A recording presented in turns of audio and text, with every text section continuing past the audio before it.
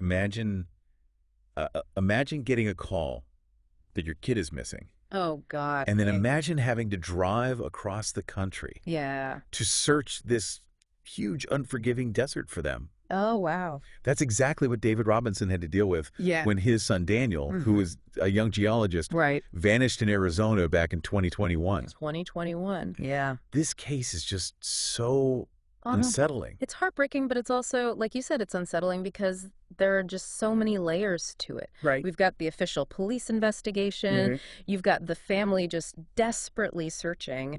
And then you bring in a private investigator who kind of throws a whole new wrench into everything. Yeah, and luckily for us, for this deep dive, Yeah. we have an episode of the Missing in America podcast. Oh, that's a great podcast. Yeah, and they laid all out for us. And so we're going to try to use that to piece together what happened. Yeah, piece it all together. Or at least try to, At least try. Yeah, and I think as we go through all this, you'll see it's not really about like finding the one right answer. Right. It's about understanding just how complex these situations get. Yeah. Especially for the families who are just, Right. left in the dark. Absolutely. So, okay, Yeah. let's rewind back to the beginning. Okay. June 23, 2021. All right. Daniel's out in the Arizona desert. Yep. Just doing his job. Doing his job. Seems like a totally normal day until his coworker realizes he's gone. So, wow. Just like that. Just like that. And what's so crazy about this is that this isn't like someone's just a little late. Like his apartment was empty. Wow. His car was missing. Yeah. And his dad, David, who was all the way back in South Carolina, knew right away something was seriously wrong. Yeah, I can't even imagine getting that call. Oh, and being so far away. Yeah. And then having to drive across the country. Oh, my God. Hoping that your son is just somewhere safe. Just somewhere safe, yeah. Yeah. That journey must have been just agonizing. It must have been just brutal. Clinging to that hope with every mile. With every mile. But as we know, that happy reunion never happened. No. And this is where the case starts to feel like that onion you mentioned. Yeah. Layers upon layers. Layers upon layers. Because on the one hand, you've got David describing Daniel as this happy, ambitious kid. Ambitious kid. A good kid. Yeah, totally normal. But then there's this woman that he had dated briefly. Okay, yeah. And she paints a slightly different picture. Oh, really? Yeah. She mentions him showing up at her house. Oh.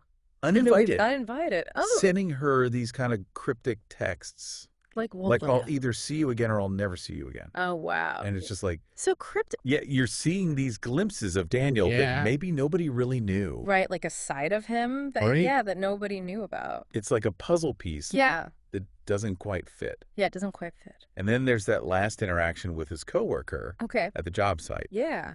And his coworker says that Daniel suggested that they dish work. What? And go relax in Phoenix. Relax. Okay, then he drives off in the opposite direction. The opposite direction? So it's like...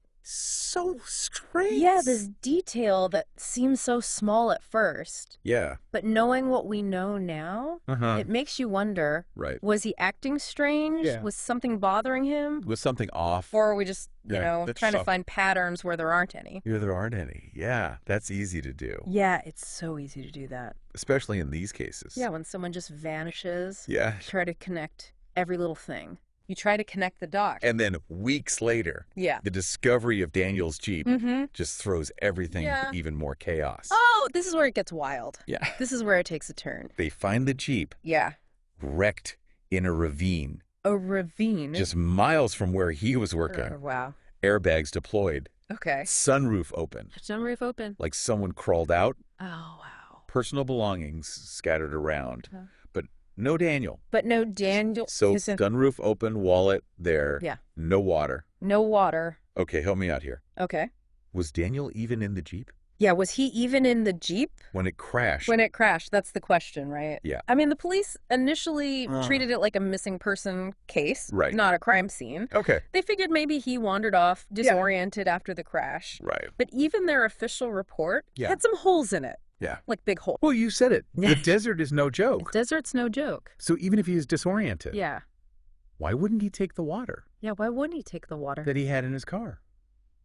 Right there in the car. It just, it doesn't add up. It just doesn't make sense. And that's exactly why David, desperate for answers, brought in Jeff McGrath, who's this former police officer turned private investigator. Interesting. And he wasn't buying the official story either. Yeah, makes sense. Especially when he started looking into the crash scene itself. Oh, so this wasn't just like a second opinion. This was a whole new angle on the case. What did he find that the police missed? What did he find? So McGrath really zeroed in on the specifics, the things that the police maybe overlooked. You see, the Missing in America episode gets into this. Yeah. How the terrain out in the desert can be super deceptive. It's not just the heat. It's the way that the landscape can disorient you. Oh, yeah. Make you wander in circles. So even if Daniel did walk away from the crash, he could have just gotten lost. Exactly. Really easily. Yeah. Even a short distance. Even a short distance. And McGrath used the Jeep's data, like the black box. Right, like a black box. To argue that it couldn't have rolled over where they found it. Interesting. Like the damage just didn't line up. It didn't line up. With the terrain. No. So he thought it was staged. That's what he's thinking. It's like someone put it there? Yeah. But would there be tire tracks or something? Well, that's what's so weird. Yeah. McGrath found damage on the Jeep that didn't match the ravine at all, which made him think that it had been in another crash before ending up there. So you're saying there might have been 2 crashes? That's a possibility. Okay, this changes everything. It really does. Because now, if Daniel wasn't in the Jeep when it went into the ravine, where was he? Where was he? And who was driving it? And who was driving? It's like suddenly we're in a whole different genre of story. It went from Lost in the Desert to something much more sinister. Yeah. And then just when you think you're starting to wrap your head around this new direction, we get another wrinkle. What's that? An eyewitness. Okay. This person claims to have seen Daniel driving his Jeep. Driving? Hours after he disappeared. Oh, wow. And the Jeep wasn't damaged. Hold on. So someone saw him driving. Yeah. Hours later. Hours later. This is huge. That's huge. But eyewitness stuff. Yeah. You always say it. It can be so unreliable. Yeah. Memories are tricky. Right. Details get mixed up. Sometimes people, I don't know why, but they insert themselves. They want to be a part of it. Into these cases with bad information. So is this a genuine lead or is this just a red herring? Yeah. Yeah, this is a distraction. You're something in between. Yeah, where does this fall? How do you even sort that out? Well, it comes down to the details. Okay. Do these details match up with other evidence? Can this eyewitness be verified? Right. Those are the questions that investigators need to ask. And you've got David Robinson, Daniel's father, just tirelessly advocating for his son. What a good dad. Organizing searches. Yeah. Using social media to keep the case, in the public eye. In the public eye. Keep it alive. And he's not afraid to criticize the official investigation. Good for him. And in the Missing in America episode, you can hear David, in his own words, expressing his frustration with a lack of progress, with this feeling that his son's case wasn't being taken seriously enough. I bet. And this is something that you see a lot with families of missing persons. Especially marginalized communities. It brings up that tough question about whether some cases just get more attention than others. More attention. Like if Daniel were a different race, would this have been a bigger story? Would this have been national news? Would there have been more resources? Yeah, more urgency. It's a hard question. It is a hard question. But it's a conversation that needs to happen. It's a conversation we need to have. If we want to create a system that actually serves everyone. For everybody. Yeah. Regardless of their background. Absolutely. And David's been such a powerful voice. Yes. In that conversation. Yeah. His determination to find Daniel. Yeah. To hold those in power accountable. Hold people accountable. It's inspiring. It's really inspiring. It speaks to the love of a parent. The unwavering love. The refusal to give up hope. Yeah. Even when facing these unimaginable obstacles. Unimaginable obstacles. So we've got this puzzling crash. Yeah. A potential second collision. Right. An eyewitness who may hold the key. And a father who will not back down. Yeah, who won't quit. Where do we go from here? Where do we go? I know it's a lot to take in.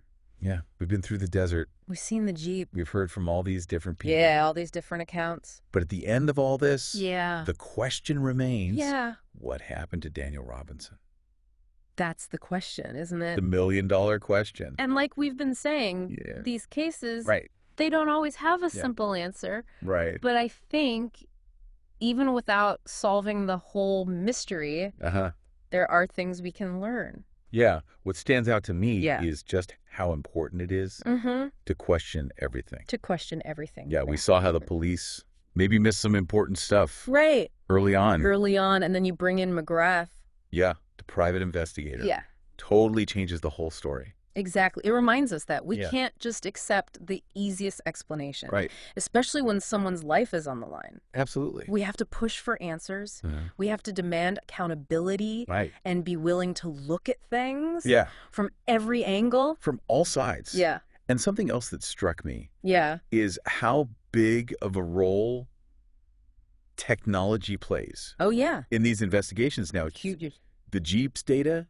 Yeah. Social media for getting the word out. Spreading awareness. Yeah. It's all part of it now. Yeah, it's all connected. Technology is a double-edged sword. Right. But in these cases, it can be so helpful for finding clues and amplifying those voices. And speaking of voices. Yeah. David Robinson's story. Yeah. His fight for his son. It's just heartbreaking. It is. But it's also really inspiring. Yeah. It really shows you. It shows you the power of family. Yeah. The lengths people will go to for their loved ones. For their loved ones. And it brings up that tough question about some cases getting more attention than others. Why wasn't this national news? Exactly. Like, if Daniel was someone else, would things have been different? Would it have been different? It's not easy to think about. It's not. But it's something we need to face. We have to face it. If we want a system that's fair for everyone. Yeah, for everyone. So here we are. Yeah. At the end of this deep dive. At the end. More questions than answers. More questions. Daniel Robinson is still out there. Yeah. And we still don't know what happened. We don't know. But even with all that uncertainty, there's still that glimmer of hope. A glimmer of hope. The fact that people are still looking. Still searching. Yeah. That his family hasn't given up. That shows like Missing in America or Keeping His Story Alive. Keeping it alive. It's got to count for something. That's got to count for something. And for you listening out there, if you're as fascinated by this case as we are, definitely check out the Missing in America episode. Oh, yeah. They go into even more detail. Yeah, dude. You can find links on their website. Yeah, good resources. To resources and ways you can help. And ways to help. Yeah. And as you go about your day, I want you to think about this. Okay. What goes wrong when someone vanishes? What fails? Yeah. What systems fail? What can we do better? And what can we do to make those systems better? To make sure. So that the next time this happens, someone doesn't just disappear. Doesn't get lost in the noise. That's powerful stuff. It is. Thanks for joining us on this deep dive. Yeah, thanks for listening. We'll be back with more stories like this. More to explore. Until then, stay curious.